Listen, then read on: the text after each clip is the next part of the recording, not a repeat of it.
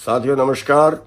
साथियों, आज मैं आपको दो चीज कहना चाहता हूं। एक तो मैं सभी भाइयों को दोबारा से सचेत करना चाहता हूं कि पुलिस कुछ भी कार्रवाई कर सकती है, आपको पकड़ भी सकती है, दाएं बाएं रहें और किसी हालत नहीं रुकना। अगर ये बैरिकेड लगाएं ये किसी तरह से रोकें, डंडा पेल लें, जेल में ले जाएं। हमने शांतिपूर्वक रहना है, हमने हाथ नहीं उठाना, हमने बट्टा नहीं मारना, हमने अग्नि नहीं करनी, को तोड़फोड़ नहीं करनी, लेकिन वापिस घरों को नहीं जाना। हम लड़ने के लिए घर से निकले हैं तो लड़ेंगे और तब तक लड़ेंगे जब तक ये डील रद्द नहीं हो जाती। तो ये मेरा अनुरोध है हर भाई से कि जिस भगत सिंह का हम सपना जो हम कहते हैं भगत सिंह तेरी सोच पे पैरा देंगे ठोक के, ये उस भगत सिंह का देश बर्बाद होने जा रहा है।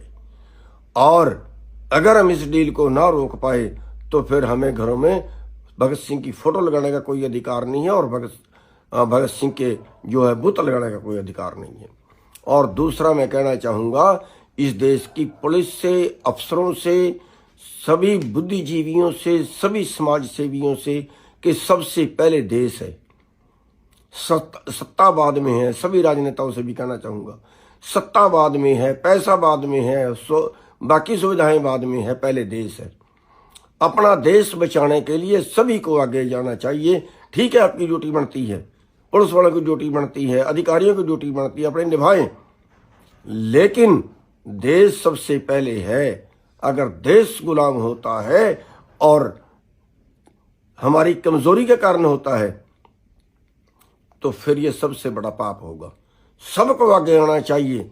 जो जहां बैठा है, जहां जो काम कर सकता है, कोई अधिकारी है वो अपने स्तर पे करे, कोई नेता है वो अपने स्तर पे करे, कोई पुलिस अधिकारी है वो अपने स्तर पे करे। देश सबका है, देश हमारा अकेले का नहीं है। तो मैं ये कहना चाहूंगा कि इस देश को बचाने का सवाल है। अमेरिका अगर इस तरह से गुंडागर्दी भारत के ऊपर करेगा, अपना अनाज यहाँ बेचेगा, तो भारत की खेती का तबाह होना तय है। और अगली गुंडागर्दी उसकी, जैसे रूस से उन्होंने तेल बंद किया, कल कोई और चीज करेगा, परसों कोई और चीज करेगा।